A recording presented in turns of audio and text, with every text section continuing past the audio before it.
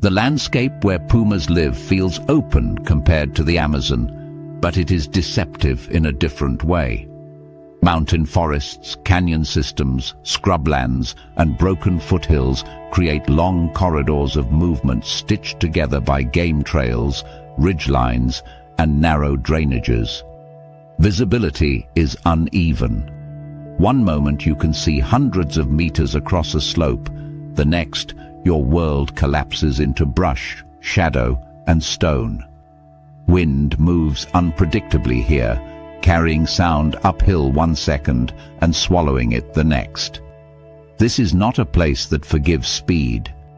It is a place that punishes momentum. The puma does not hunt the way most people imagine a big cat hunting. It is not a long-distance chaser, and it is not a reckless ambusher. It is a patient filter. Its strategy is built around selecting the wrong decision rather than overpowering the right one. Pumas do not initiate chaos. They wait for it. And when humans encounter them, the loop almost always begins with movement. Run. Running feels logical. The terrain looks big, the predator looks singular, and the instinct to create distance overwhelms everything else. But speed is exactly what the puma is designed to exploit. Not because it can outrun you indefinitely, but because speed fractures decision-making. A puma's body is built for explosive acceleration and precise foot placement over uneven ground. Long hind limbs, flexible ankles, and an elastic spine allow it to absorb impact and redirect force mid-stride. Humans do not have this advantage. Our joints are vulnerable, our balance depends on clear visual input, and our endurance collapses rapidly when terrain becomes unstable. The puma's stealth selection begins long before a human ever becomes aware of its presence. It favors individuals who are alone, moving quickly and operating at the edges of visibility. Twilight hours, dense brush, broken light under forest canopy, or narrow corridors where escape routes funnel into predictable lines. Corridors are critical. Trails, ridges, creek beds, and cut banks compress movement just as effectively as jungle paths do, but with a different consequence. They invite speed. People move faster when they believe they have room. When a human runs, the puma does not immediately pursue in a full commitment. This is the first misunderstanding. The predator does not chase forever. It shadows. It tracks from offset angles, using elevation and cover to maintain visual contact while conserving energy. Pumas have exceptional vision adapted for low-light conditions, with a reflective layer behind the retina that amplifies available light. They do not need to stay close. They need to stay aligned. Separation comes next. As speed increases, humans make subtle but catastrophic navigational choices. They veer off trail to cut distance, zigzag through brush to break line of sight, or descend steep slopes to gain perceived advantage. Each choice separates them further, from stable footing, from clear sight lines, from predictable movement. In groups, this is where individuals split without realizing it. One person moves faster, another hesitates. A third stumbles briefly and falls behind. Pumas are acutely sensitive to these fractures. Separation is not about distance, it is about rhythm. Once a moving group loses synchronized pace, the puma's attention locks onto the irregular signal. Brush is especially dangerous. Dense shrubs, deadfall, and low branches force humans into high-stepping, ducking, and lateral movements that destroy balance. Pumas glide through this space with minimal disturbance, placing hind paws directly into the prints of their forepaws to reduce noise and scent. Their retractable claws provide traction on loose soil and bark, while a long tail acts as a counterbalance during sharp turns and descents. Every attempt by a human to be unpredictable only increases mechanical disadvantage. Exhaustion is inevitable. Unlike endurance predators that rely on overheating prey, pumas exploit anaerobic limits. Humans burn energy inefficiently when navigating rough terrain at speed, spiking heart rate and respiration while failing to dissipate heat effectively. Even in cool environments, muscular fatigue builds rapidly as stabilizing muscles work overtime to prevent falls. Thermoregulation becomes a silent enemy. Sweat soaks clothing, evaporation cools the skin unevenly, and blood flow prioritizes large muscle groups at the expense of fine motor control. Grip weakens. Reaction time slows. Vision narrows. The puma understands this without understanding it consciously. Its physiology simply aligns with the outcome. Short bursts of movement interspersed with stillness keep its core temperature stable. Its padded paws reduce impact stress, and its cardiovascular system supports rapid recovery after exertion. While the human breath becomes loud and irregular, the puma remains quiet, listening. Sound travels unpredictably in broken terrain, but labored breathing is a beacon. The fall is rarely dramatic. It is mundane. A misjudged step on scree sends a foot sliding. A root twists an ankle just enough to force compensation. A downhill sprint ends with a stumble that turns into a hard landing. Most injuries in these encounters occur before the predator ever makes contact. Sprains, fractures, dislocations, and deep abrasions happen fast and without warning. The ground is the first attacker. The puma is the second. This is the aftershock that defines these encounters. People imagine predation as a singular violent act, but in puma country, the real danger is cumulative. An injured human becomes slow, noisy, and constrained. Standing up takes effort. Climbing becomes painful. Even minor injuries bleed and swell, altering gait and posture in ways that advertise vulnerability. The puma does not need to rush. It waits for the math to finish resolving. From an ecological perspective, this strategy makes sense. Pumas occupy vast territories with relatively low prey density. Energy efficiency is critical. Risky chases that end in injury threaten survival far more than a missed opportunity. As a result, pumas have evolved to disengage easily and re-engage only when conditions improve. This is why many encounters end without physical contact at all. The predator withdraws once the human stops behaving like prey. But when the loop progresses far enough, run, separate, exhaust, fall, the calculus changes. There is a subtle irony here. Many of the behaviors humans adopt to feel proactive are the very ones that strip them of agency. Sprinting feels decisive, but removes control. Zigzagging feels evasive, but increases injury risk. Breaking into brush feels clever, but blinds you to footing and escape routes. The puma does not need to force errors. It simply allows them to accumulate. These dynamics ripple outward through the ecosystem.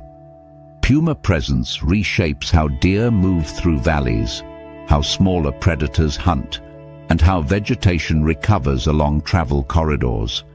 Fear alters grazing pressure, allowing saplings to survive in places they otherwise would not. Even the terrain itself changes over time as animal movement patterns shift. The same corridors that funnel prey also concentrate erosion, fallen logs, and unstable ground, features that amplify the danger for any fast-moving body, human or otherwise. Understanding pumas requires abandoning the myth of relentless pursuit. They are not engines of endless chase. They are editors of behavior. They remove individuals who misread the environment, who mistake speed for safety, and who allow exhaustion to dictate decisions. In this way, the predator is not the central threat. The landscape is. The puma simply knows how to use it. When people survive these encounters, they often describe a strange realization that comes afterward. The sense that the animal was never truly in a hurry, that it was present, watching, adjusting, but not panicking. That realization is accurate. Panic belongs to the runner, not the hunter. In puma country, the fastest way to lose control is to try to outrun a system designed to break momentum. The loop ends not with a leap, but with a loss of options. Once the terrain has taken its toll, once breathing is ragged and balance compromised, the predator no longer needs to intervene aggressively. Even a brief contact, a swipe, a knockdown, a bite that does not immediately kill, can seal the outcome by worsening injuries and accelerating exhaustion. The environment finishes the job. This is the quiet lesson of the puma. Survival here is not about dominance or speed. It is about restraint, awareness, and respecting how quickly the ground can turn against you. The predator does not chase forever. It waits for your mistake. And the terrain is very good at making sure you provide one. The rainforest does not reveal itself first through sight. It reveals itself through sound. Before you see canopy layers, before you identify trunks or vines or moving shadows, you hear the forest negotiating itself, an ongoing exchange of warnings, routines, and territorial claims. And above all of it, rolling through the air like distant thunder, comes the voice of the howler monkey. The sound is enormous. It feels disproportionate to the animal producing it, a low-frequency roar that vibrates the chest and seems to bend the air itself. Howlers are not screaming in panic or aggression. They are broadcasting structure. Their calls map space, time, and risk across kilometers of forest, turning sound into geography. This is where humans make a fundamental error. They hear noise and interpret it as chaos. In reality, noise is order. Howler monkeys evolved one of the most specialized vocal systems in the animal kingdom. Their enlarged hyoid bone acts as a resonating chamber, amplifying calls to extraordinary volume while minimizing energy cost. This allows a relatively small primate to announce its presence across vast distances without physical confrontation. The function is territorial and social, but the consequence is ecological. Every howl redraws invisible boundaries in the forest. When howlers call, they are not just telling other howlers where they are. They are informing every listening animal, predators included, about timing, occupancy, and movement rhythms. A howling troop signals that this section of canopy is active, defended, and being monitored. Silence, by contrast, is ambiguous. Silence might mean absence, or it might mean waiting. The forest listens carefully to the difference. This creates what can be understood as a sound map, an acoustic overlay on physical terrain that shifts throughout the day. Dawn howls mark waking territories. Midday quiet reflects rest and thermoregulation. Evening calls reset boundaries before darkness. Each phase tells predators when prey is alert, distracted, feeding, or stationary. Jaguars, ocelots, harpy eagles, and arboreal snakes all tune into this map, adjusting their movement accordingly. humans do not. The loop begins with sound panic. A sudden eruption of howler calls nearby triggers unease. The instinctive interpretation is that something dangerous is happening right now, in this moment. People assume the noise is cover, an opportunity to move while the forest is loud, to mask footsteps and disturbance. This assumption feels clever. It is almost always wrong. When the forest is loud, it is not blind. It is synchronized. Howler calls draw attention. They anchor awareness to a specific time window. Predators know exactly when those calls began, how long they last, and what they mean in context. A sudden surge in vocalization often coincides with troop movement, feeding, or territorial reinforcement. During these periods, ambush predators do not hunt impulsively. They reposition. Noise does not hide movement in the rainforest the way it does in human environments. Low-frequency sound travels far and penetrates vegetation. High-frequency noise, branches snapping, footfalls, fabric brushing leaves, cuts through it sharply. Against a backdrop of rhythmic howls, irregular sounds stand out more, not less. The forest is excellent at detecting anomalies. Moving during peak noise also places you in the worst possible temporal alignment. You are active at the same time as prey species, which means predators are already alert and in motion. Jaguars adjust patrol routes. Snakes reposition along branches. Raptors shift perches. The system is awake. The alternative, moving during silence, feels worse to humans. Quiet feels exposed. Every step sounds amplified. You imagine yourself standing out. But silence in the rainforest is not emptiness. It is tension. It is the space predators create when they want the forest to hold still. During quiet periods, many prey animals reduce movement. Predators rely more on ambush than tracking. The forest's acoustic field becomes sparse, and any sound does indeed stand out. But crucially, fewer animals are repositioning. The geometry is more stable. Movement during these windows, while requiring care, is less likely to intersect with active predation. Humans invert this logic instinctively. When howlers call, people move. When the forest quiets, people freeze. This is the opposite of how the system is designed to be navigated. Howler monkeys themselves use sound to avoid physical conflict and unnecessary movement. Their calls allow them to maintain territory without constant patrol. This conserves energy and reduces exposure to predators. Thermoregulation plays a role here. Vocalizing is cheaper than traveling in heat. By anchoring their presence acoustically, howlers can remain relatively stationary during the hottest parts of the day, reducing metabolic stress. Predators exploit this predictability. They know that howler troops often settle after extended calling bouts. They know which branches are used repeatedly. They know when feeding resumes. The sound map becomes a schedule.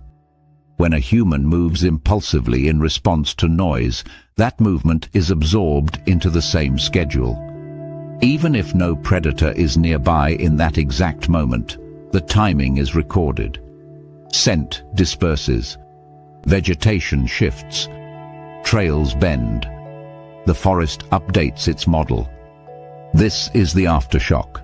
Your movement schedule becomes readable. One poorly timed relocation is rarely fatal. Repeatedly moving during the same acoustic windows is. Humans are creatures of habit. We wake, move, rest, and travel in patterns far more rigid than we realize.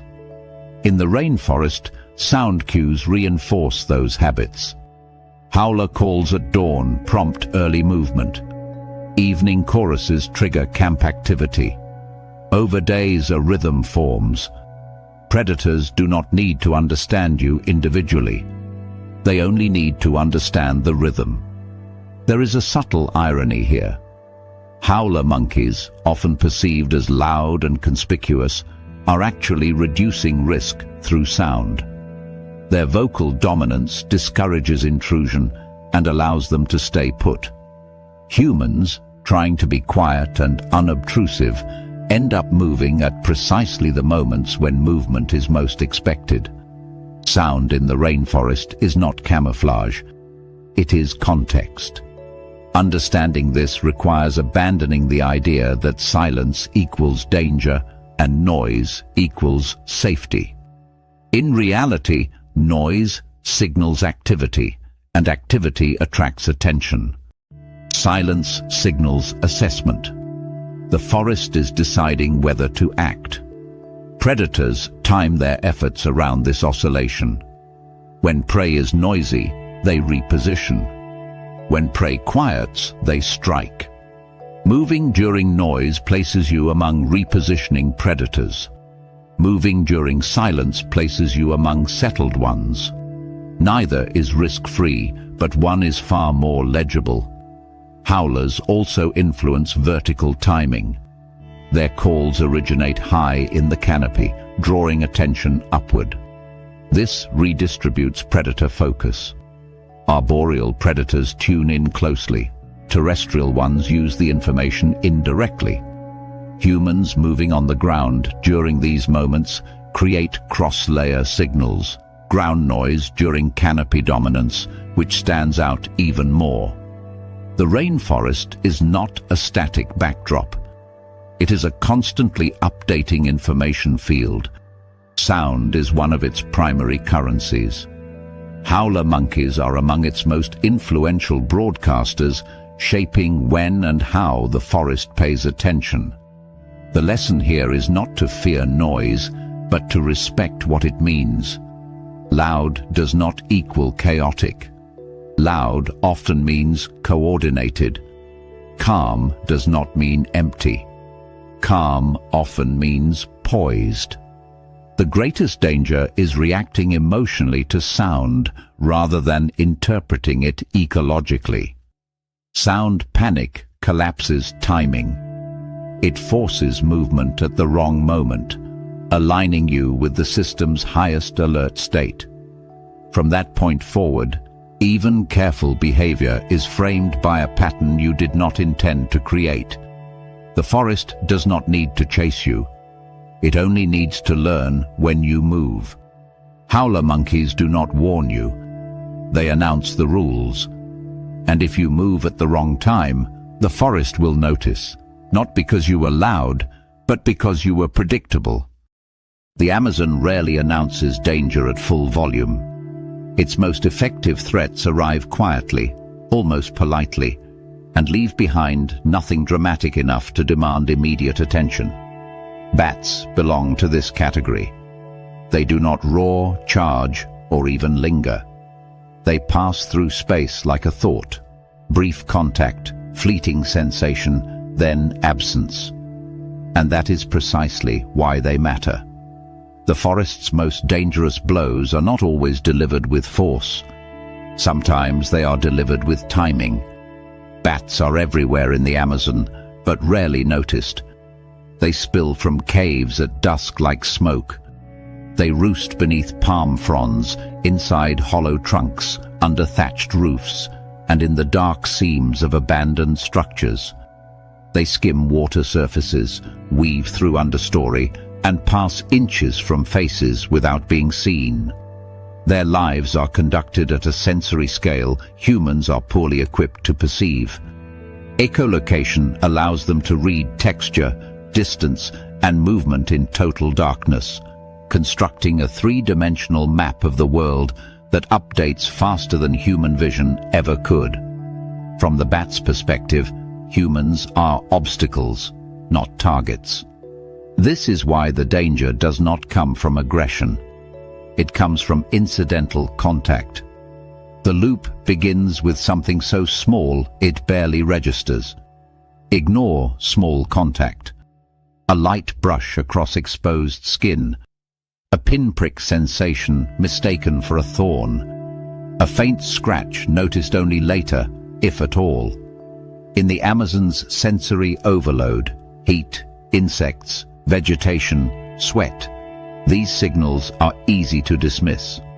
The body is already processing dozens of minor irritations. One more does not stand out. Bats have fine teeth and delicate claws adapted for gripping insects, fruit, bark or prey far smaller than a human. When contact occurs, during a surprise flight path, a startled roost exit, or an ill-advised attempt to move or handle a bat, the physical mark can be almost invisible. A shallow puncture, a faint abrasion, no blood, no pain worth remembering. That is the first failure point. The event does not feel important. Bats themselves are not malicious actors in this story. They are keystone species, pollinators, seed dispersers, and insect regulators whose ecological value is enormous. Many Amazonian plants rely on bats to reproduce. Entire nighttime food webs pivot around their movement. They operate on tight energy budgets, optimized for efficiency and avoidance rather than confrontation. When disturbed, their priority is escape. But escape in confined spaces, caves, huts, roof eaves, often requires proximity. Caves and roosts concentrate risk, not because bats are aggressive, but because they compress interaction. When people enter caves without awareness, brush against low ceilings, or shine lights directly into roosting clusters, bats flush en masse. Wings collide with air, walls and bodies. Disorientation spikes. The chances of accidental contact multiply. Roofs and shelters present a different hazard. In rural and forest edge structures, bats often roost above sleeping or resting humans. Droppings fall. Sounds are heard overhead. Curiosity follows. People investigate, reach up, attempt to remove animals manually, or handle grounded bats found on floors or paths. Each of these actions collapses the safety margin. Handling grounded bats is particularly dangerous. A bat on the ground is not resting, it is compromised. Injured, sick, exhausted, or displaced, it cannot flee normally. Defensive responses escalate. Teeth and claws that would never contact a human in flight are suddenly in reach. The bite that follows may still be tiny, still painless, still easy to ignore, but it carries consequences far out of proportion to the sensation. The second step of the loop follows naturally: delay. Delay happens because nothing feels wrong. The skin looks intact. There is no swelling, no bleeding, no immediate impairment. In an environment where cuts, scrapes, and insect bites are constant, prioritizing a barely perceptible mark feels irrational. Attention moves on. Time, however, is not neutral. Bats are reservoirs for a range of pathogens precisely because of their unique biology. Their immune systems are tuned to tolerate viruses that would overwhelm other mammals. High metabolic rates during flight generate body temperatures comparable to fever, creating selective pressure for pathogens that can survive intense immune environments. The result is coexistence rather than clearance. The bat remains healthy. The pathogen persists. Humans do not share this equilibrium. The danger window is defined not by severity of contact, but by speed of response. When exposure is recognized early, intervention can interrupt the cascade. When it is delayed, the window closes quietly, without warning signs that demand action. This is what makes bat-related risk so insidious in the Amazon. There is no dramatic trigger, no moment where the environment forces your attention. The system relies on you to notice what feels negligible. Ecologically, bats operate on delayed consequence systems everywhere they go. Their pollination services do not produce immediate fruit. Their seed dispersal reshapes forest composition over years. Their insect suppression prevents population explosions that would otherwise alter disease dynamics and vegetation. Everything about bats works on lag. So does the danger. The Amazon amplifies delay through context. Heat and humidity accelerate biological processes. Microbial growth is rapid. Wounds, however small, remain moist. Inflammation is masked by general fatigue. Access to medical assessment may be days away. The cost of hesitation compounds with every hour. There is a psychological layer here that matters as much as biology. Humans are biased toward responding to visible threats. We are conditioned to associate danger with force, size, and immediacy. Bats violate all three expectations. They are small. They are quiet. Their harm, when it occurs, is temporally distant from the moment of contact. This disconnect creates a false sense of security. Predators like jaguars end encounters decisively. Peccaries overwhelm with mass. Giant otters confront openly. Bats do none of these things. They leave, and the forest returns to normal. The night sounds resume. The moment passes. The consequence, if it comes, arrives later, often outside the environment where the exposure occurred. This temporal separation makes causal links harder to recognize. By the time symptoms emerge, the memory of contact has faded, dismissed as irrelevant. This is the final collapse of the loop. Consequence window closes. The Amazon is full of organisms that operate on delayed feedback. Venoms that take hours to manifest. Parasites that incubate quietly. Infections that build invisibly. Bats sit at the extreme end of this spectrum. They teach that not all threats are about survival in the moment. Some are about survival in the days and weeks that follow. Understanding this reframes how one should behave around them. It is not fear that is required, but seriousness. Avoiding direct contact. Never handling bats, grounded or otherwise. Treating unexplained scratches or bites, no matter how small, as events worth remembering. Recognizing that delay is not neutrality, it is a choice with consequences. Bats themselves are not villains.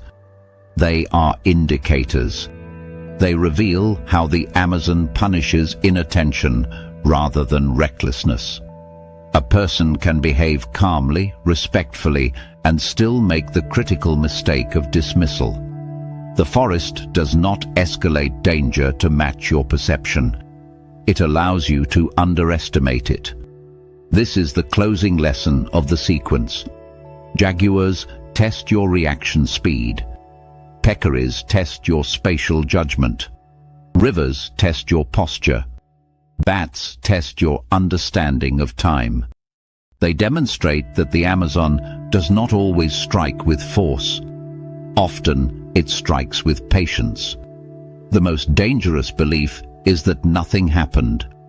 In a system where consequences are delayed, silence is not reassurance. It is incubation. The Amazon doesn't always hit hard. It hits later.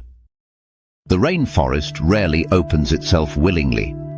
Most movement through it is negotiated one branch at a time, each step resisted by vines, thorns, roots, and uneven ground. That is why a clear path feels like a gift.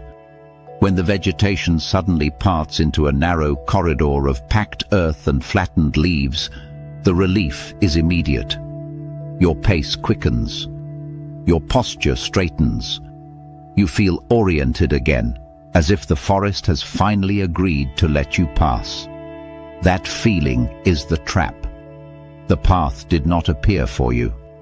It was engineered by something much heavier, much older, and far more consistent in its movement. Somewhere ahead, unseen but deeply influential, a tapir has already walked this route hundreds of times. Tapirs are not predators, but they are architects. Their bodies, massive, barrel-shaped, carried on short, powerful legs, move through the rainforest with steady inevitability. A tapir does not crash blindly through vegetation. It chooses routes that minimize resistance and maximize efficiency, and then it commits to them for years. Over time, repeated passage compacts soil, snaps low stems, and suppresses regrowth. What begins as a barely perceptible preference becomes a trail. What becomes a trail becomes infrastructure. To a human, a tapir trail feels like safety. To the forest, it is a highway. Tapirs use these trails to connect feeding grounds, mineral licks, resting sites, and water sources. They move primarily at night or in low light, when heat stress is reduced and human disturbance is minimal. Their thick skin and sparse hair help them tolerate insects and abrasive vegetation, while their prehensile snouts probe foliage with remarkable dexterity, pulling leaves and fruit within reach. But it is not their feeding behavior that shapes the forest most profoundly. It is their movement. Every animal in the rainforest understands movement lanes. The jungle is not a random tangle. It is a layered road system defined by energy cost. Dense understory is expensive to cross. Clear ground is cheap. Over time, animals converge on the cheapest routes available, reinforcing them with every pass. Tapirs, because of their size and consistency, are among the most influential contributors to this process. Where tapirs walk, scent accumulates. Their dung, rich in undigested seeds, marks territory and fertilizes the soil. Urine deposits create chemical signposts that persist long after the animal has passed.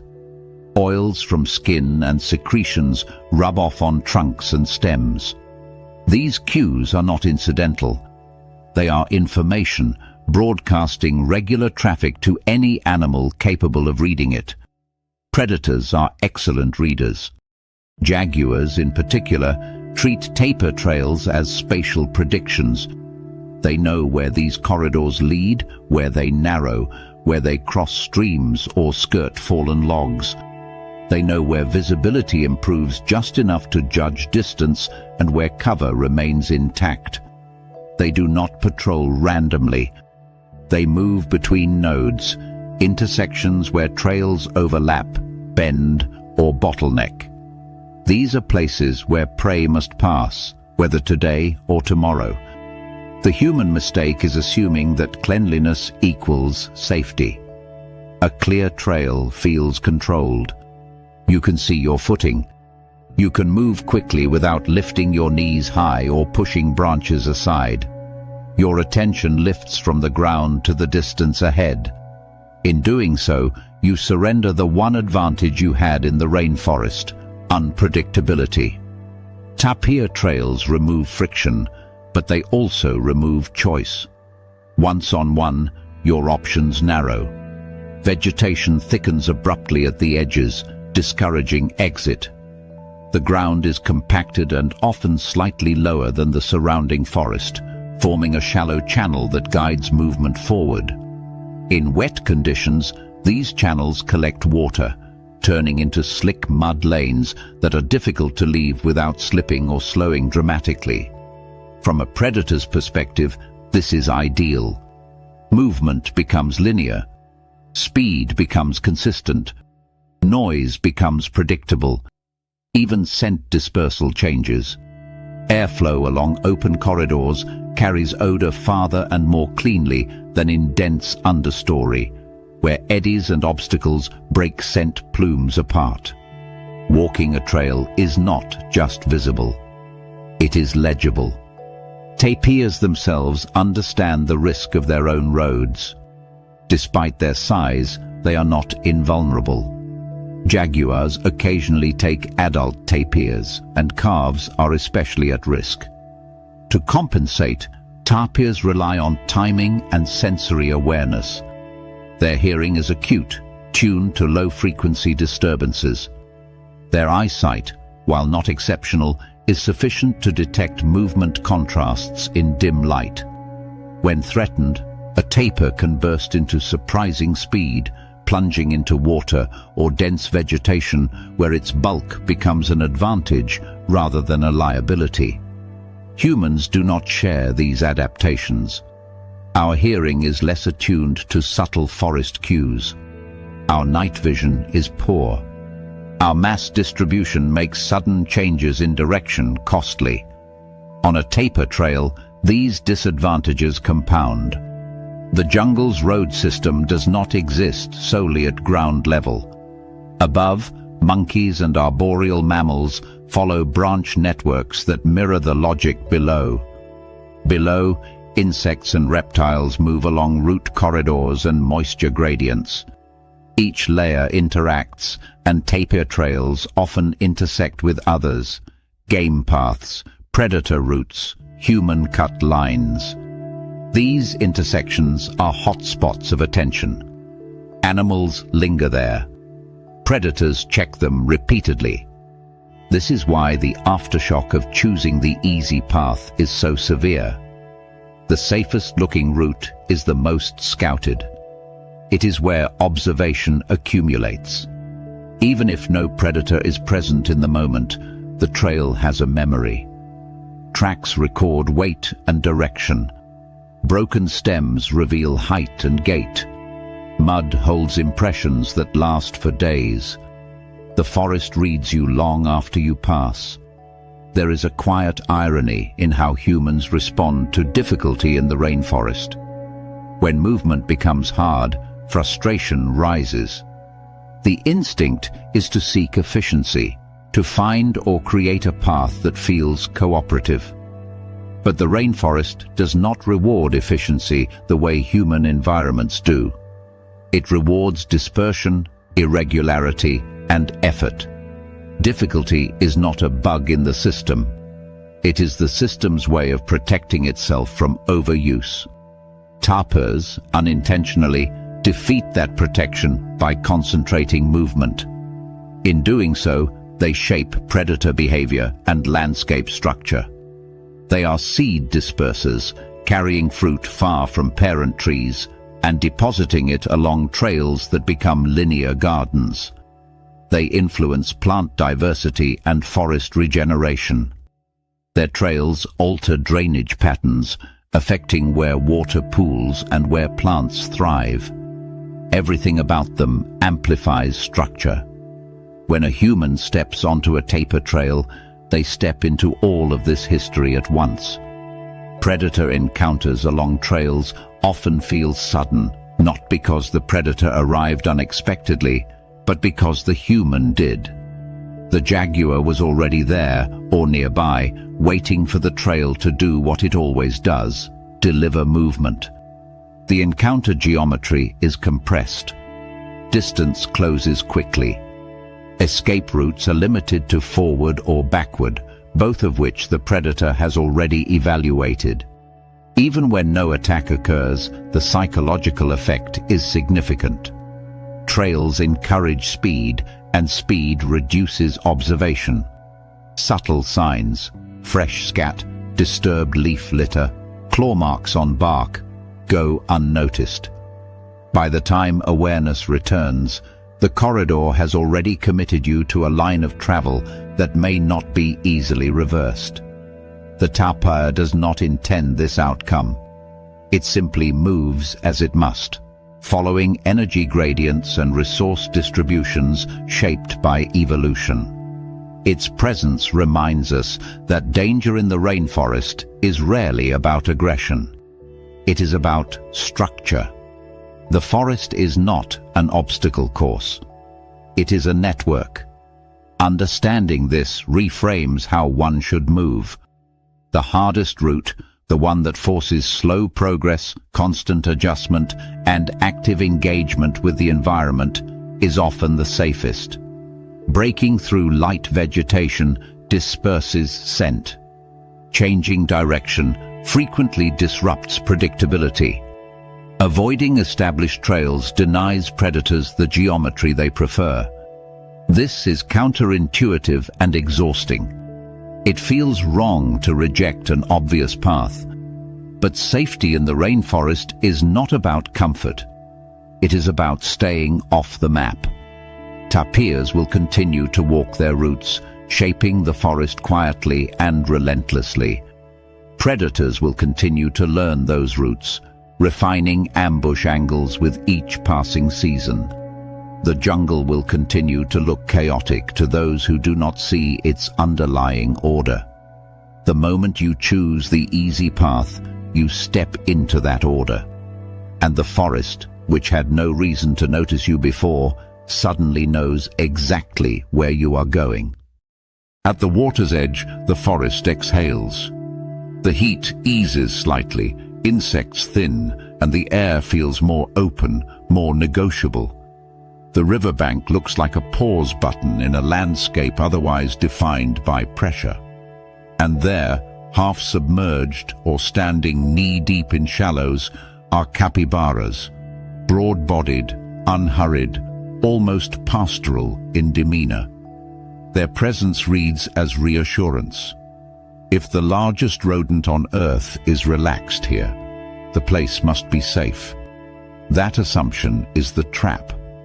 The capybara is not dangerous to humans in any direct sense, but it is one of the most important animals in the Amazonian risk equation. More than almost any other species, it acts as a living signal flare, advertising where time slows, where movement repeats, and where predators can afford to wait. The capybara does not threaten you. It makes you predictable. Capybaras are semi-aquatic grazers, exquisitely adapted to life at the interface between land and water. Their bodies are buoyant, their feet partially webbed, their eyes, ears, and nostrils set high on the skull so they can breathe and watch while the rest of the body disappears beneath the surface. They are excellent swimmers and competent runners, but their true survival advantage lies elsewhere: social vigilance and schedule discipline. Capybaras do not wander randomly to drink. They use the same access points repeatedly, day after day, because those points balance visibility, footing, and escape routes. In doing so, they turn the riverbank into a timetable. Predators understand this far better than humans do. In the Amazon, water access points are not just resources, they are geometry. Slopes funnel movement.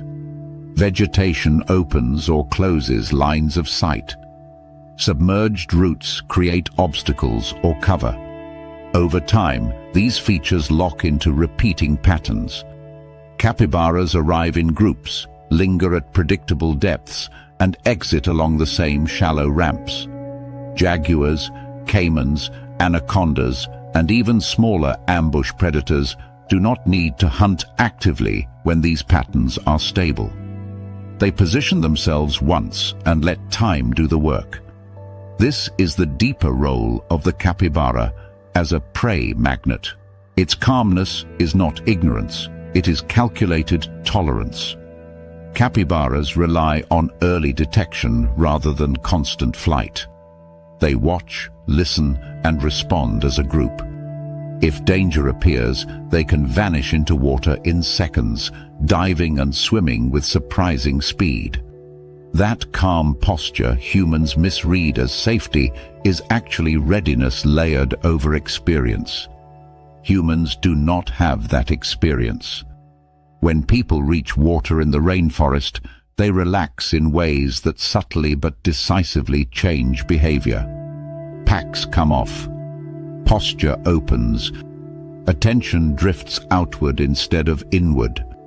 The same easy entry and exit points used by animals feel intuitive. Gentle slopes, firm mud, clear approaches free of vines. These places feel chosen as if they belong to you. In reality, they belong to the schedule. Predators read schedules the way engineers read blueprints. Jaguars, in particular, excel at this form of temporal hunting. They patrol riverbanks not continuously, but intermittently, checking known access points at times that match prey routines. They understand that animals, capybaras most of all, prefer consistency.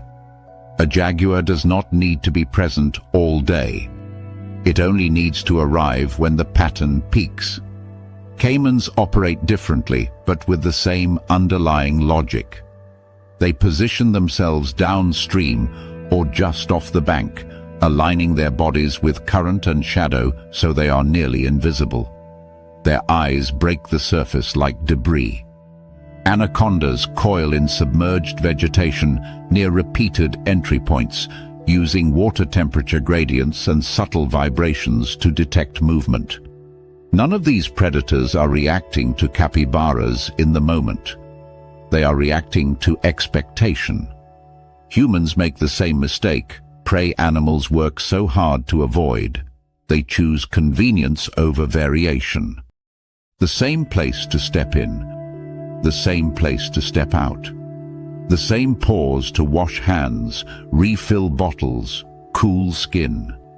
Over time, even over the course of a single day, this repetition becomes visible. Footprints appear. Vegetation bends. Scent accumulates. The bank itself records your behavior. The loop tightens quietly. It's calm, you think, and you linger. You sit. You wade a little deeper. You turn your back to the forest because the water feels like an open space rather than a boundary. Your movements slow and simplify. To a predator, this is not relaxation. It is confirmation. Capybaras themselves are deeply aware of this danger. Their calmness is conditional. Heads lift frequently. Ears rotate independently, tracking sound. When one animal tenses, the entire group responds.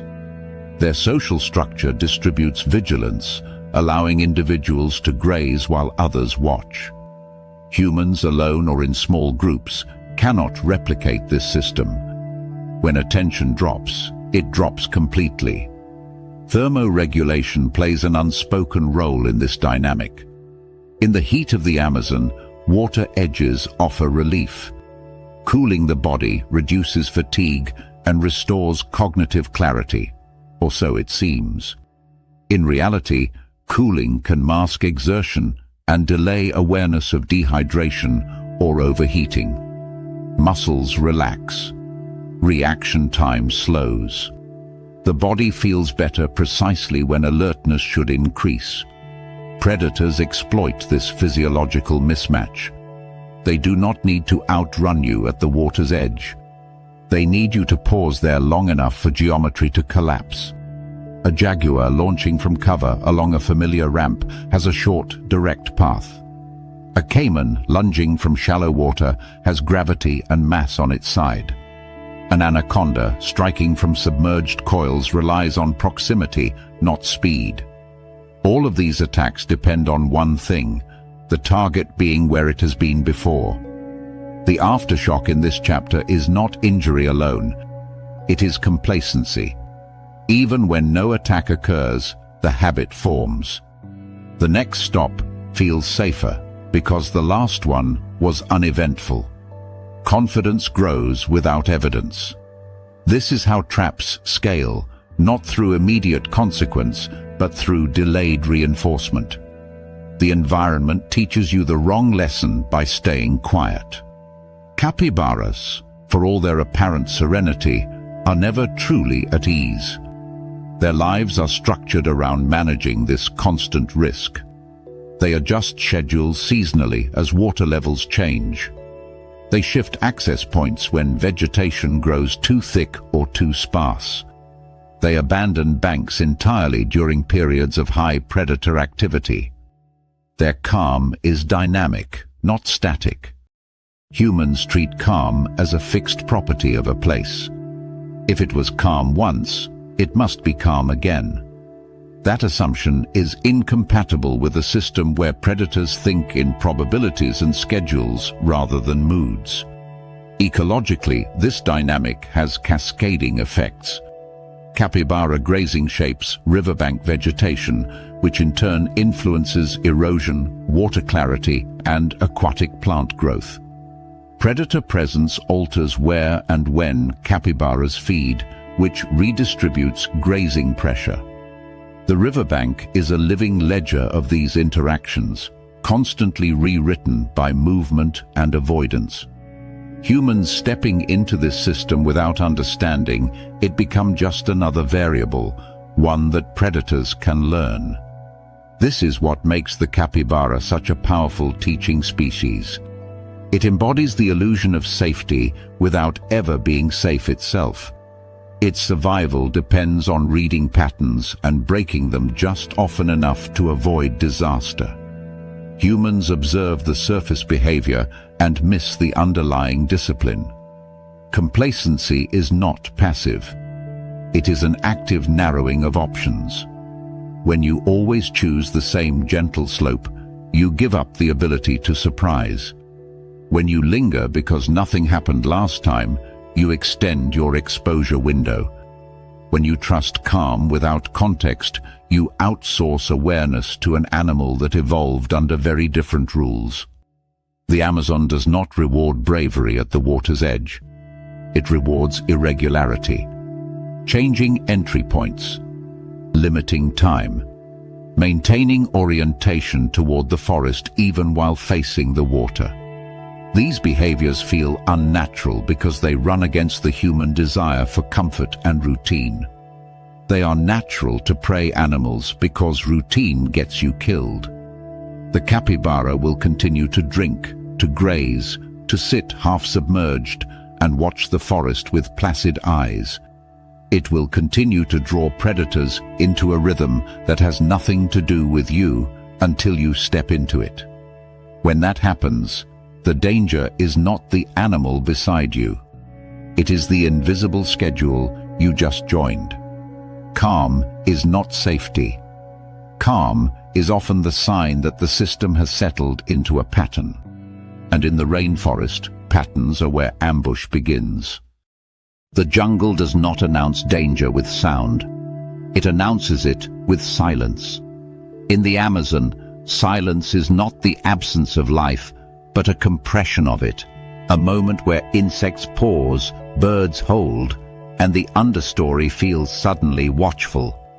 You are on a narrow trail cut by generations of animals and people moving along the same efficient line between dense vegetation and open space.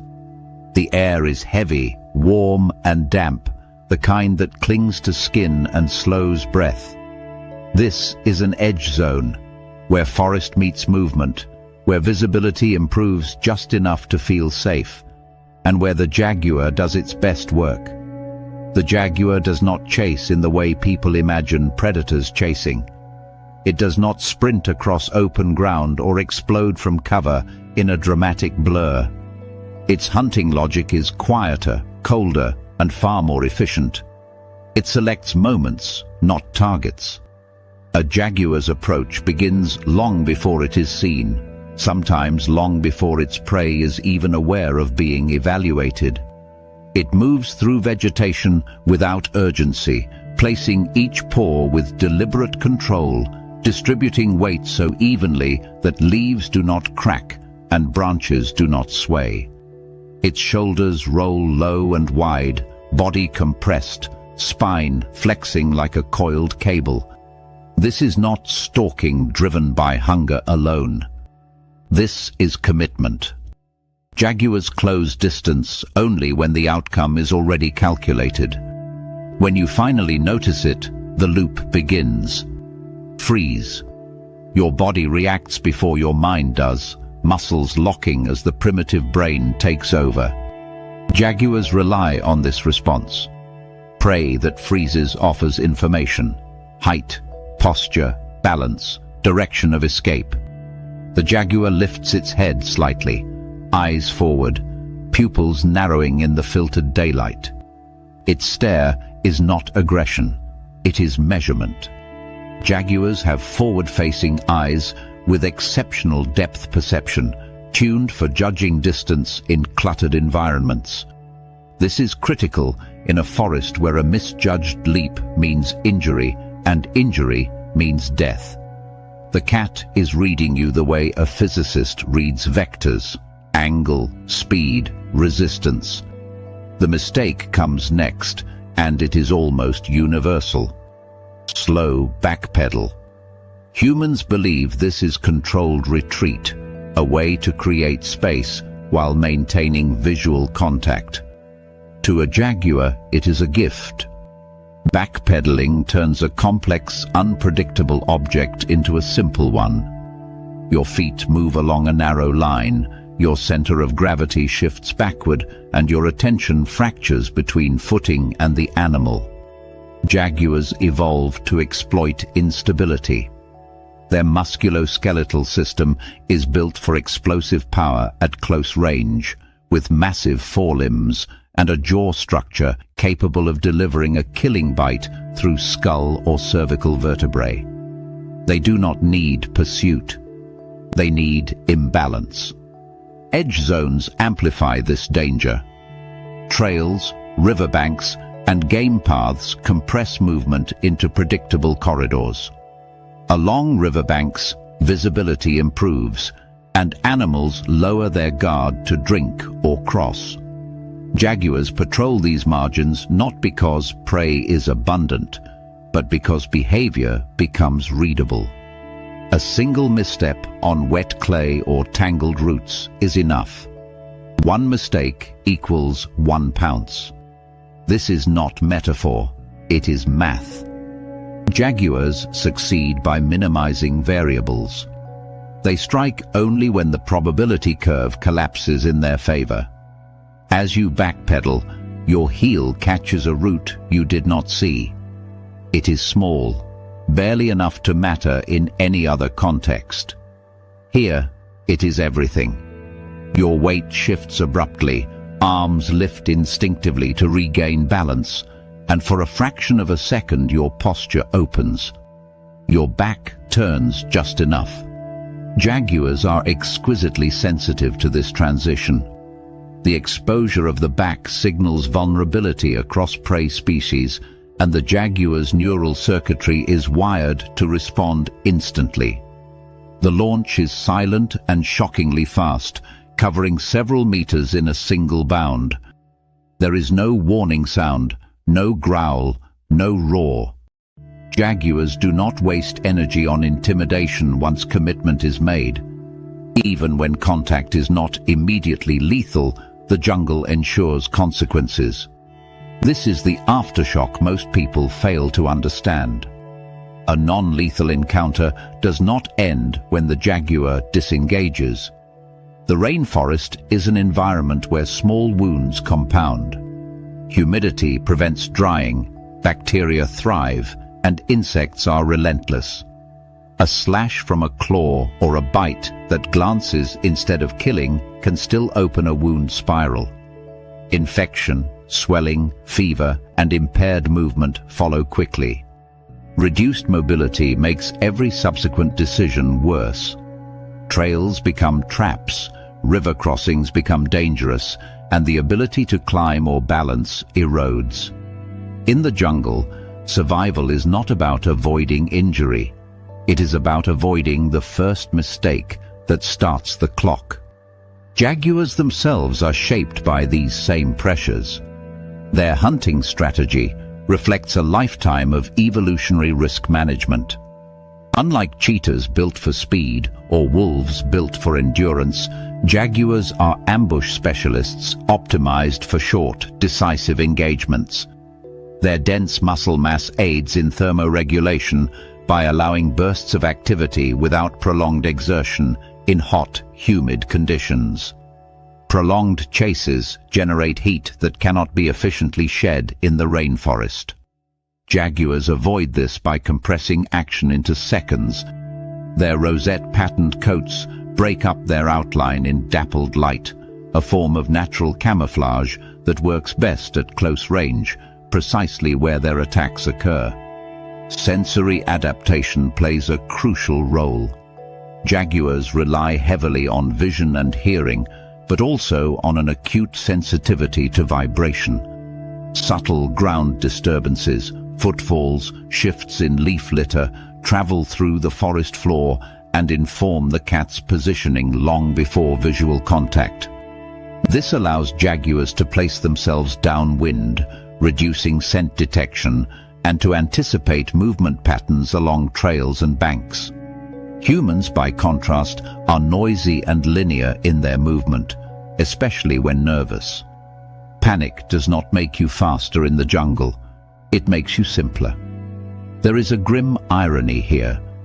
The behaviors humans associate with caution, moving slowly, maintaining eye contact, retreating deliberately, can increase risk in jaguar territory. The cat is not assessing your intent, it is assessing your mechanics. Stability, direction, and commitment matter more than bravado or fear. Standing ground does not provoke a jaguar, but indecision invites evaluation. Turning fully and running triggers pursuit. Half measures keep you in the danger window longer. From the jaguar's perspective, this is not cruelty or malice. It is ecological role fulfillment. Jaguars regulate prey populations, shaping the behavior of herbivores and smaller predators alike. Their presence creates landscapes of fear that prevent overgrazing along riverbanks and trails, preserving vegetation and stabilizing soil. Even the fear they instill has ecological consequences, redistributing animal movement and influencing plant regeneration. When jaguars disappear, these systems unravel in subtle but measurable ways. Understanding the jaguar is not about demonizing it or romanticizing danger. It is about recognizing how tightly behavior, environment, and evolution are braided together. The loop, freeze, stare, backpedal, stumble, is not a script written by the jaguar alone. It is co-authored by millions of years of predator-prey interaction and by human nervous systems that evolved in very different landscapes. In the Amazon, hesitation is not neutral. It is information. And information in the wrong moment can be lethal. The jungle does not punish mistakes out of spite. It simply magnifies them. A jaguar encounter exposes this truth with brutal clarity. Survival here is not about strength or speed, but about understanding how your movements are read by a predator that has perfected the art of ending things quickly. In that silent corridor between forest and river, the jaguar is not hunting recklessly. It is waiting for the math to resolve. Rivers seduce people into false competence. Water feels navigable in a way forest never does. You can see ahead. You can glide. Movement is smooth, continuous, almost cooperative. Canoes slip along channels that feel open and forgiving, bordered by greenery that seems decorative rather than obstructive. Compared to bushwhacking through dense understory, the river feels like control. That sense of control is an illusion, and nowhere is it punished more efficiently than in giant otter territory. Giant otters are not monsters. They are rules made visible. They are the embodiment of how rivers are partitioned, defended, and remembered. Where jaguars control banks through silence and capybaras shape schedules through repetition, giant otters dominate water through presence. Loud, social, and intensely coordinated, they turn river systems into claimed space. Not abstract habitat, owned corridors. Understanding a giant otter encounter requires abandoning the idea that rivers are neutral transit zones. They are not highways. They are neighborhoods. Giant otters live in extended family groups, often numbering from a handful to more than a dozen individuals. These groups are tightly bonded, cooperative and persistent in their territorial defense. They hunt together, raise young together, and confront threats together. Their social cohesion is not incidental.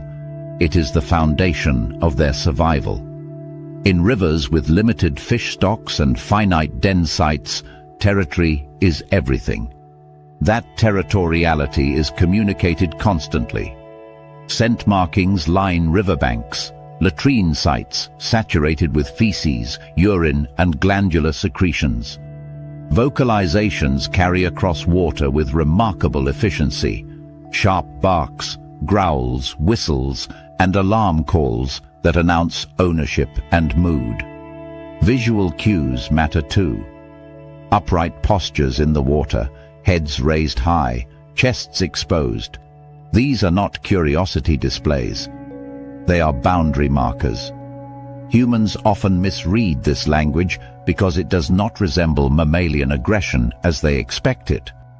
There is no immediate charge, no silent stalk. Instead, there is escalation, visibility first, sound second, movement third. Giant otters give warnings because warnings work, on rivals that understand the rules. Humans usually don't. The loop begins with river confidence. Canoeists relax as the water widens. Paddles dip rhythmically. The mind shifts from navigation to observation. When otters appear, sleek bodies surfacing, heads popping up in sequence, the reaction is almost always delight. Cameras come out. Boats drift closer. Silence is broken by whispers or excited movement. Close approach is where the mistake solidifies. From the otter's perspective, a canoe is not a neutral object. It is a large, unfamiliar, moving obstruction that does not behave like anything else in the system. It blocks channels. It alters water flow. It approaches directly instead of angling away. Most critically, it interferes with escape routes. Giant otters rely on clear access between water and land. Their dens are dug into banks, often hidden beneath vegetation or root systems, with underwater entrances that allow rapid retreat. When a canoe drifts too close to these zones, or worse, positions itself between otters and the bank, the situation escalates immediately. What humans interpret as getting a better look is, to the otters, containment. Territorial aggression is not emotional. It is procedural. The group closes ranks. Individuals surface closer together. Vocalizations intensify and synchronize.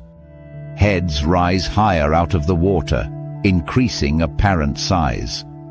Tails slap. Water churns. These displays are not bluff. They are instructions. Move away, create space, restore flow. If those instructions are ignored, physical engagement becomes an option. Giant otters are formidable in water. Their bodies are long, muscular, and hydrodynamic, with webbed feet and powerful tails that provide explosive acceleration. Their jaws are strong, built to crush fish and defend against caimans. Their teeth are not designed for surgical killing, but for grip and tearing. In an aggressive encounter, they target hands, paddles, and boat edges, the points of control. This is where the danger multiplies. A bite to a hand gripping a paddle can destabilize a canoe instantly. A lunge against the hull can tip smaller craft. Water, once perceived as safe space, becomes a destabilizing force. Panic reactions, standing, leaning, pulling back abruptly, compound the risk. The otters are not trying to kill. They are trying to expel. But water does not forgive partial loss of control. A single slip can result in immersion. In rivers with current, submerged obstacles, or limited visibility, falling in is not trivial. Even strong swimmers are vulnerable when startled, encumbered by gear, or injured. This is where the aftershock begins. Bites and cuts near water are uniquely dangerous. River systems carry dense microbial loads, bacteria, parasites, and organic debris that enter wounds immediately. Giant otter bites introduce oral bacteria adapted to fish and aquatic environments. Even shallow lacerations can become infected rapidly. Swelling sets in. Pain increases. Grip strength decreases. If the injury occurs mid-journey, continued paddling becomes difficult or impossible. In tropical conditions, infection accelerates. Heat and humidity prevent wounds from drying. River water keeps them open. Insects are attracted to blood and moisture. What began as a territorial warning can evolve into a medical emergency far from help. The ecological context makes this outcome almost inevitable when rules are ignored. Giant otters sit near the top of the aquatic food web. Their presence influences fish behavior, which in turn shapes nutrient flow and vegetation patterns along banks. They patrol territory daily, reinforcing boundaries not just against rivals, but against any disruption that alters hunting efficiency or den safety. They are acutely aware of repeat disturbances. Humans who canoe the same stretch of river repeatedly without varying approach patterns teach otters a schedule. Just as with capybaras at water edges or tapirs on trails, repetition collapses uncertainty. Otters begin to anticipate disturbance and respond more quickly and assertively. What felt like a peaceful coexistence on day 1 becomes tension by day 3. There is a subtle irony here. Many people feel safer on rivers precisely because predators like jaguars seem less present. But danger has not disappeared. It has changed form. Instead of ambush from cover, it emerges as boundary enforcement from below and beside. Giant otters are not anomalies. They are specialists in river governance. They demonstrate that waterways are not neutral corridors, but living systems with ownership, memory, and response thresholds. Their aggression is not random. It is proportional, escalating only when signals are ignored. The safest behavior around giant otters is not avoidance of rivers, but respect for space and flow. Keeping distance. Angling away rather than approaching head-on. Never positioning between otters and banks. Avoiding den sites entirely. Reading vocalizations as directives, not background noise. River confidence becomes dangerous when it replaces river literacy. Humans often believe that calm water means passive animals. In reality, calm water is often the most heavily managed space in the ecosystem. It is where resources concentrate. It is where young are raised. It is where mistakes echo loudly. Giant otters make this clear through behavior that feels dramatic only because it is so visible. Their rules are not hidden. They are announced, reinforced, and enforced openly. When conflict occurs, it is rarely because the rules were unclear. It is because they were misunderstood or dismissed. The forest teaches lessons through silence. The river teaches them through confrontation. In the end, the danger of giant otters is not their strength or numbers. It is the false intimacy rivers create. Water invites approach. it invites lingering. It invites confidence. Giant otters exist to remind you that not all calm spaces are shared spaces. When you cross an invisible boundary on land, the forest may wait. When you cross one on water, the river answers back, immediately, collectively, and without apology. The forest changes character when peccaries are near. It becomes louder, denser, and strangely directional, as if the understory itself has begun to flow. Twigs snap in clusters rather than singles. Leaves rustle in broad sheets instead of isolated tremors. A low, musky odor hangs in the air, sharp, animal, unmistakably alive. Peccaries do not move like solitary animals. They move like weather. The first mistake is standing your ground the wrong way. Humans carry a deep, inherited belief that confidence deters aggression, that holding position communicates dominance or at least discourages advance. In many predator encounters, retreat or stillness buys time. With peccaries, hesitation inside the wrong geometry does the opposite. Peccaries are not reading posture or intent. They are reading space, momentum, and threat distribution across the herd. Peccaries live by herd logic, and herd logic is fundamentally different from predator logic. Where cats calculate angles and probabilities, peccaries calculate pressure. A herd is not a collection of individuals reacting independently. It is a compressed decision-making unit, driven by sound, scent, and movement thresholds. When one animal detects danger, the signal spreads almost instantaneously through vocalizations, body orientation, and chemical cues from scent glands. The response is not curiosity. It is consolidation. Young are the center of this system. Peccary herds structure their movement to keep juveniles protected within the densest interior of the group. Adults form a shifting perimeter that can expand or contract depending on terrain. When threatened, the herd does not scatter. It tightens. That tightening creates corridors, predictable lanes of movement where defensive charges are most effective. These corridors are not random. They are shaped by slope, vegetation density, and footing quality, exploiting the same terrain features humans unconsciously choose when panicking. This is where the hook snaps shut. Panic makes you choose the worst path. Downhill feels faster. Vines look like handholds.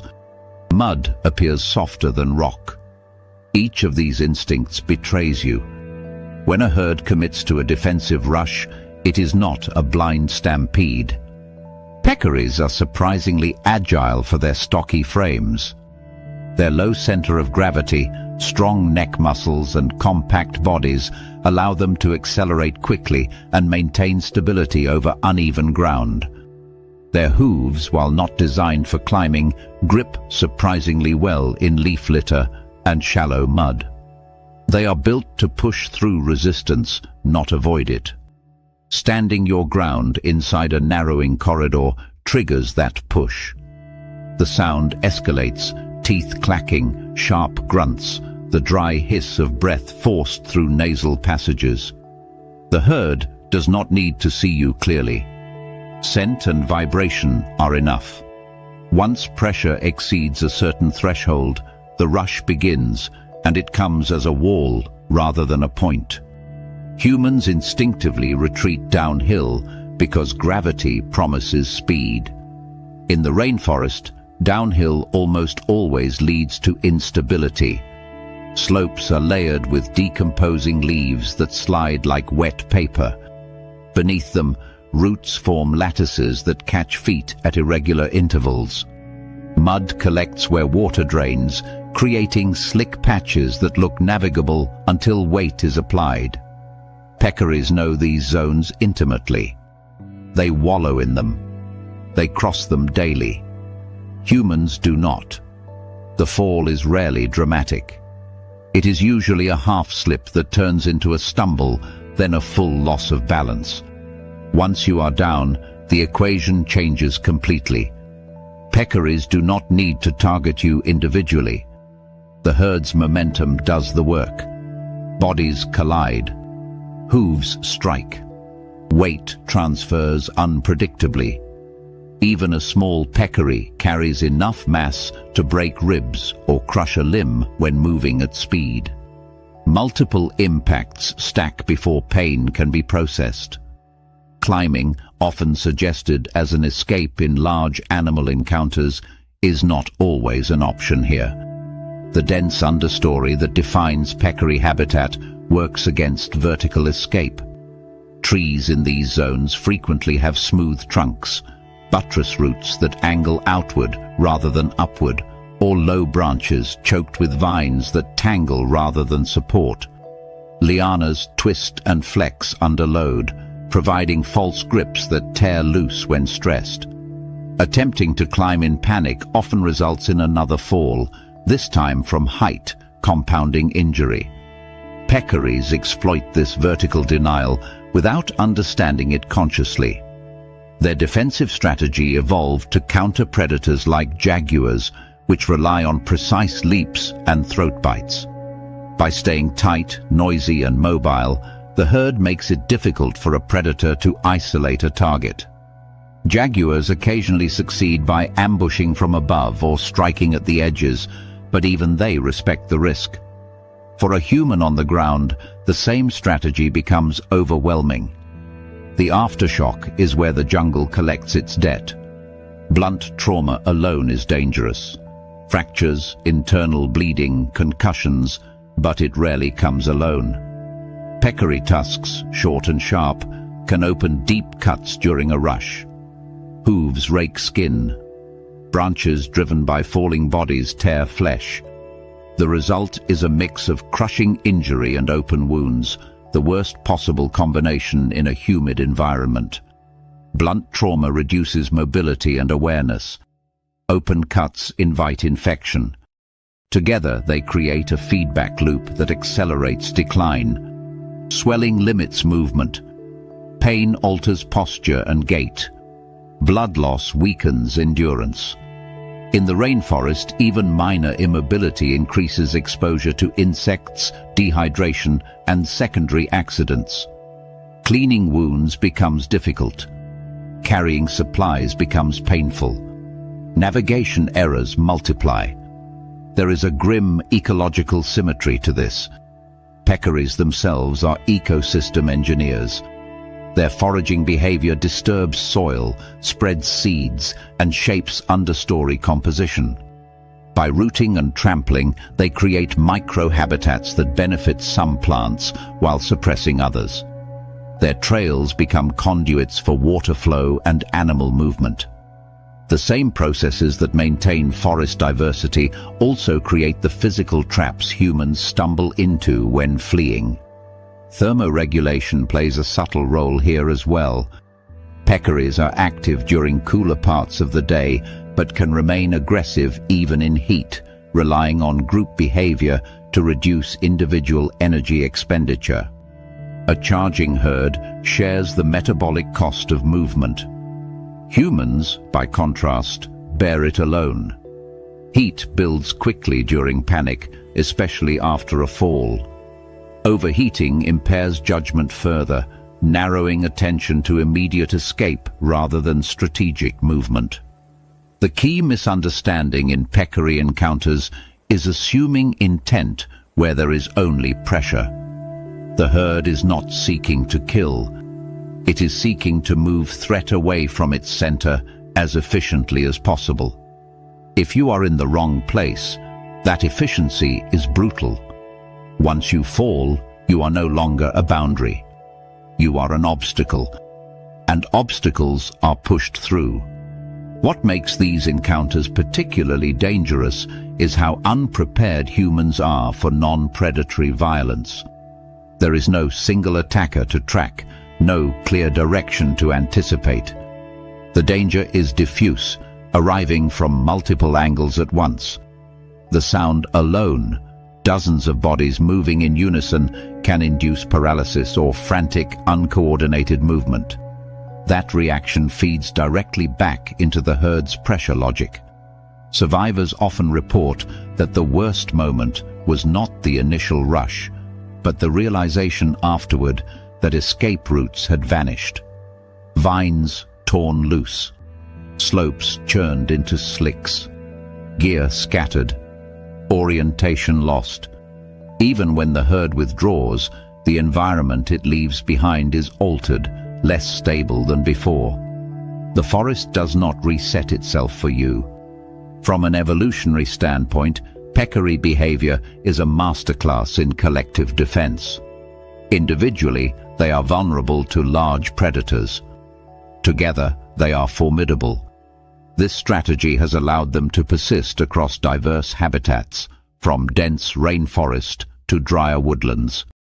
It has also made them one of the most underestimated dangers for humans moving on foot through their range.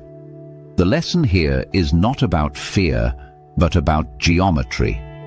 Standing your ground only works when the space around you allows for controlled retreat or clear barriers. In peccary country, space collapses quickly. The worst decisions are the ones that feel intuitive, downhill, into cover, towards softness. Those paths trade short-term comfort for long-term injury. In the end, peccaries demonstrate a different kind of danger than predators do. They do not hunt you. They overwrite you.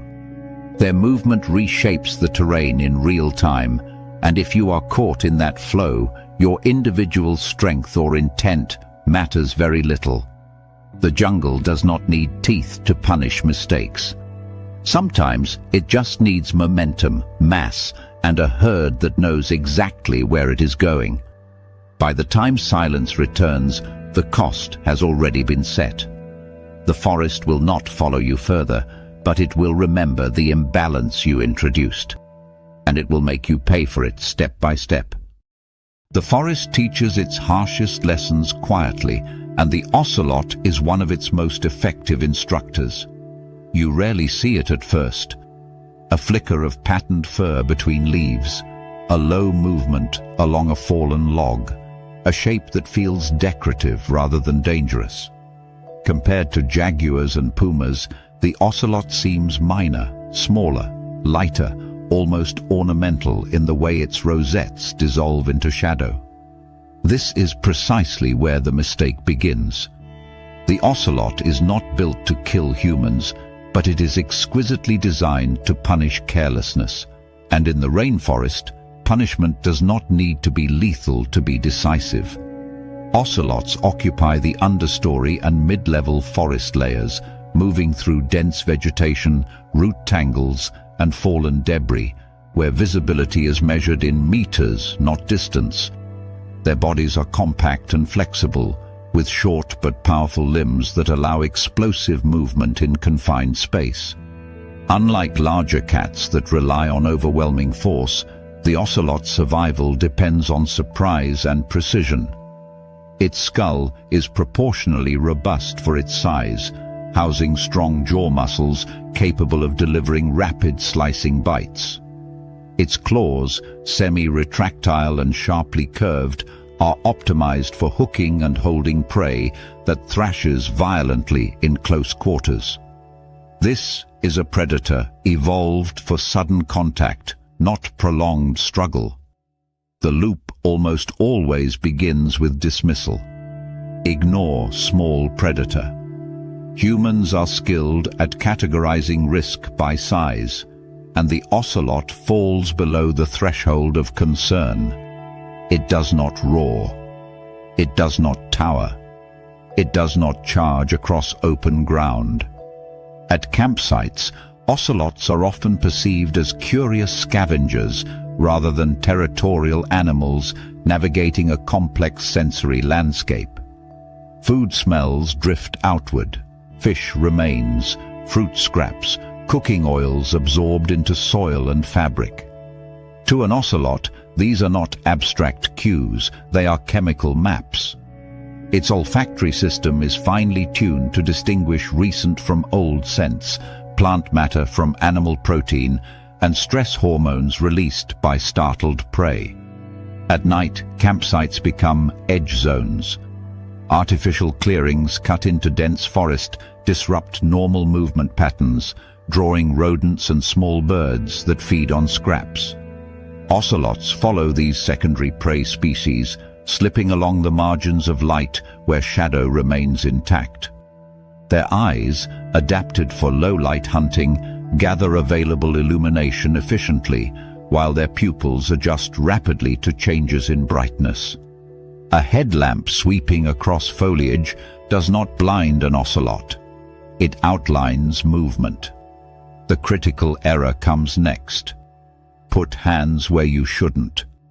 In the rainforest, hands are used constantly for balance and exploration. People grab vines, steady themselves against trunks, reach into brush to clear a path, or blindly retrieve items dropped into leaf litter.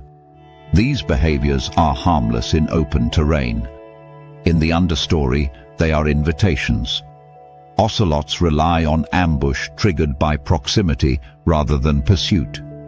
When cornered, surprised, or suddenly touched, their response is immediate and reflexive.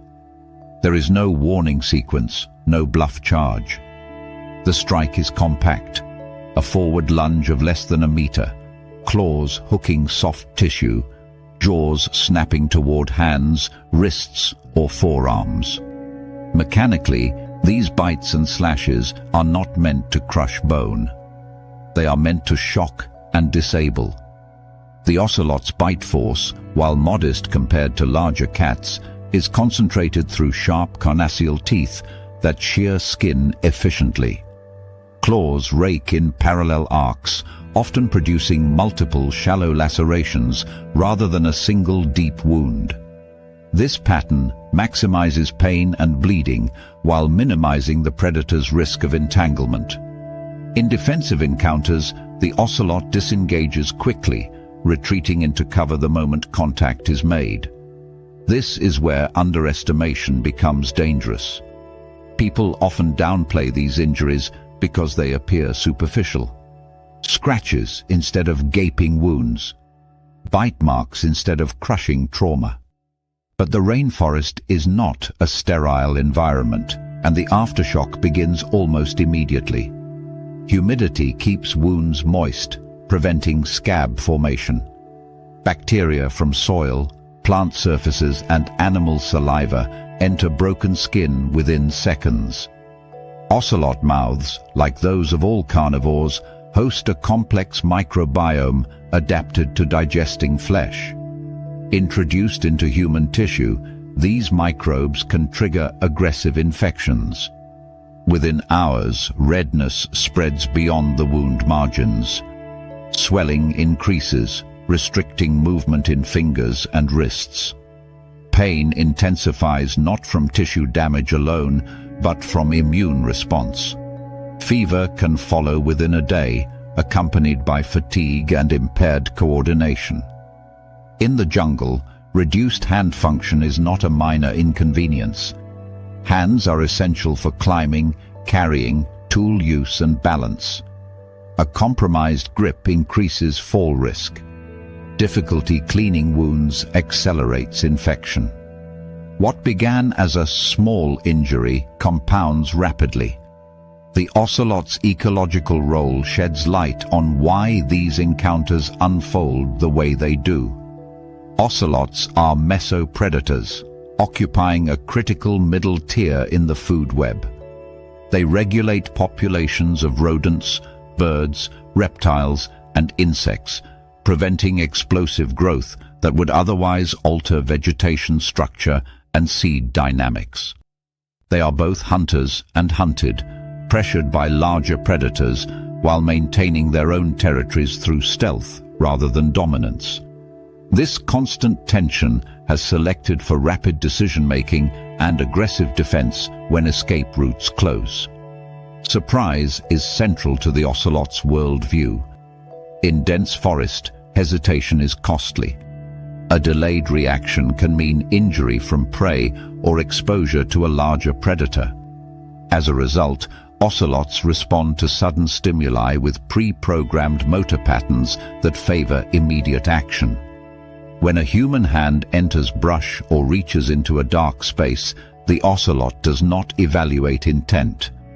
It reacts to proximity and movement. From the animal's perspective, the encounter is resolved correctly. Threat neutralized, contact avoided, energy conserved. There is a subtle ecological irony here. Humans often imagine danger scaling neatly with size, but in the rainforest, risk scales with intimacy. The closer the interaction, the less margin for error. Ocelots thrive in the same microhabitats humans exploit for shelter. Dry ground, fallen logs, dense cover near water. Campsites replicate natural clearings, and food odors mimic the signals of vulnerable prey. In these shared spaces, the boundary between observation and contact collapses. Thermoregulation plays a quiet role in this dynamic.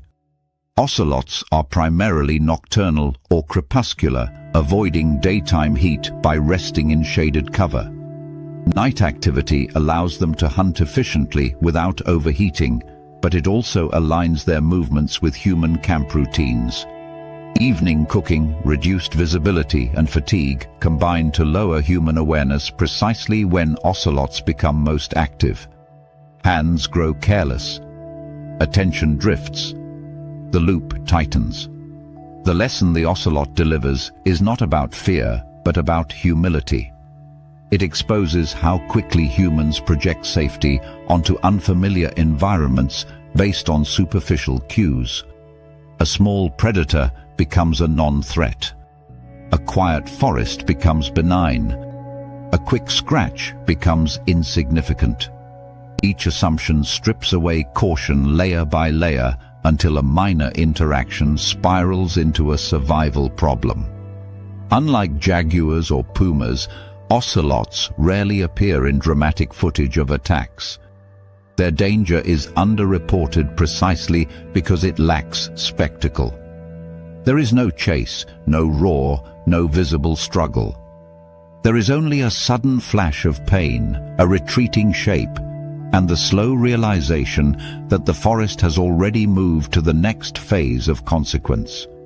In this way, the ocelot embodies one of the rainforest's core truths. Severity is not required for danger to be real. The ecosystem does not differentiate between major and minor injuries in the way humans do. It responds to vulnerability. A scratched hand becomes a liability. An infected wound becomes a timer.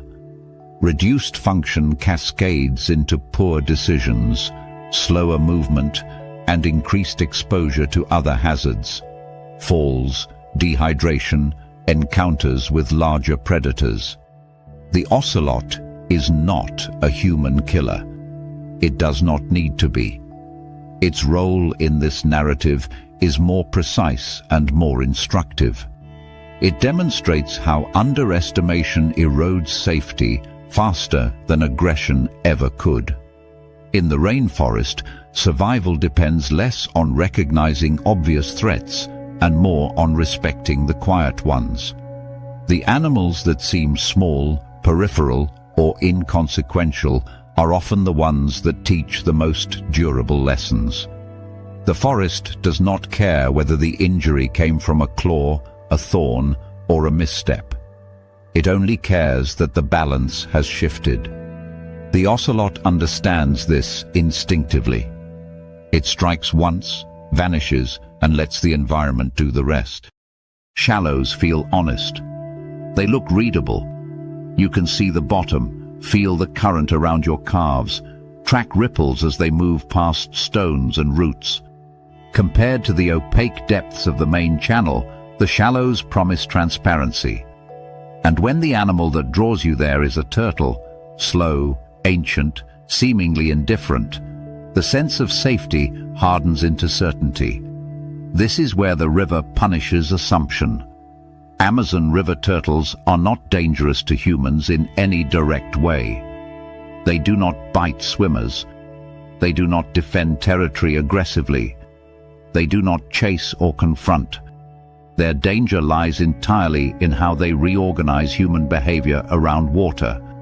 They pull attention downward and inward toward the shallows, where posture collapses and awareness narrows. They teach the most subtle lesson in the river. Harmless animals can still guide you into lethal geometry. These turtles are architects of habit, much like tapirs on land or capybaras at the water's edge. Their nesting beaches, basking sites, and foraging shallows become magnets, not just for predators, but for people. Where turtles appear, humans linger. They slow down. They wade. The loop begins quietly. It's harmless. Amazon River turtles rely on shallow zones for critical stages of their lives. Females haul their heavy bodies onto sandbanks to nest, often choosing the same stretches of river year after year. Hatchlings emerge en masse, flooding into the water in frantic pulses. Adults forage in slow-moving shallows where aquatic plants, fallen fruit, and invertebrates accumulate. These areas are ecologically rich, visually accessible, and deceptively calm. They are also convergence points. Predators learn these zones quickly. Jaguars patrol nesting beaches. Caimans cruise the margins. Large fish and anacondas station themselves just beyond the shallow gradient where water deepens suddenly. Birds of prey circle above during hatching season. The turtles themselves are not the threat. The density of attention they generate is. Humans respond differently. They see turtles and think in terms of observation rather than positioning. People wade out to get closer, to watch, to photograph, to help a hatchling that seems to be struggling. Feet move slowly to avoid startling the animal. Hands dip into the water to steady balance or part floating vegetation. Eyes track the turtle's shell rather than the river's structure. This is the second step of the loop. You wade the shallows. Wading feels controlled. The water is cool, the footing seems stable, and movement slows naturally. That slowness is exactly what changes posture. Knees unlock. Weight shifts forward. Arms drop. The body opens itself to the river rather than bracing against it. From a biomechanical perspective, this is one of the most vulnerable positions a human can take in water. In the shallows, danger does not come from depth. It comes from transition. Shallow zones in Amazon rivers are rarely uniform. They are shelves, gradual slopes that end abruptly. Soft silt overlays firmer substrate. Roots snake just beneath the surface. Visibility deceives. What looks like knee-deep water can drop to chest depth in a single step. Currents accelerate where the channel narrows or bends. The river is quietly shaping force beneath the calm surface. River posture matters here more than almost anywhere else. Animals that live in water maintain specific orientations that allow instant response. Bodies angled upstream, limbs ready to push, heads aligned with flow rather than against it. Humans abandon this posture when wading casually. They turn sideways. They face downward. They let the current push against the legs instead of the core. Balance becomes reactive rather than anticipatory. The human mistake compounds. Slow wading, hands in water, distracted scanning. Hands in water feel natural when stability seems assured. People trail fingers along the surface, reach down to feel sand or shells, or steady themselves against submerged logs. This behavior collapses defensive space. Hands are no longer available to recover balance. Reaction time increases. If footing shifts unexpectedly, the fall begins already compromised. Distraction seals the loop. Attention locks onto the turtle, its shell pattern, its movement, the story it represents. Awareness of sound drops. Peripheral vision narrows. The forest and river stop being read as systems and become background. This is when you step into the wrong zone. The wrong zone is not defined by the turtle. It is defined by everything else that uses turtles as reference points. Predators do not need to be actively hunting you to benefit from your posture. A caiman resting in deeper water does not need to move quickly if you stumble into its space. An anaconda does not need to strike if your balance fails and you fall forward. Even without an animal present, the river itself is sufficient. Falls in shallow water are particularly dangerous because they feel preventable until they aren't. When a foot slides on silt or catches on a root, the instinct is to reach down. That movement pitches the body forward. Water enters the equation abruptly. Current presses against the torso, buoyancy shifts, footing disappears. Panic spikes not because of depth, but because orientation is lost.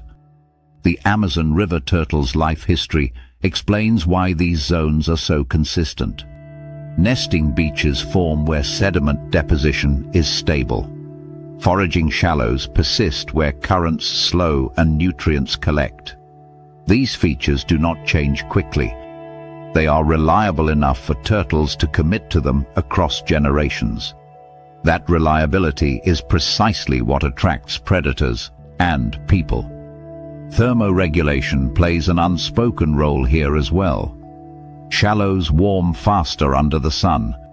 Turtles bask and forage where body temperature can be regulated efficiently. Humans feel the same pull. Wading in warm shallows feels restorative compared to the chill of deeper water. Muscles relax. Alertness drops. The body interprets warmth as safety. Predators interpret warmth as opportunity. River posture is the corrective lesson this chapter offers. Proper posture in shallow water is not about fear, it is about alignment. Facing upstream so current pressure is predictable. Keeping hands free. Maintaining staggered footing. Avoiding slow, tentative steps that lock joints instead of engaging them. Most importantly, limiting time spent stationary in water, even when it feels calm. Amazon river turtles survive by minimizing exposure. They surface briefly. They bask efficiently. They retreat decisively. They do not linger in transition zones longer than necessary. Humans do the opposite. The aftershock in turtle-related incidents is rarely immediate violence. It is cumulative risk. A slip that leads to immersion. A small cut from a submerged branch that becomes infected. A startled reaction that draws attention from nearby predators. The harmless animal does nothing, yet the situation deteriorates rapidly. There is a quiet irony here. Turtles are symbols of patience and longevity. They embody survival through restraint and timing.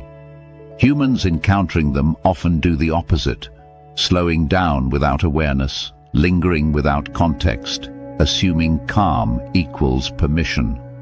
The river does not care what drew you into the shallows. It only responds to posture, timing, and position.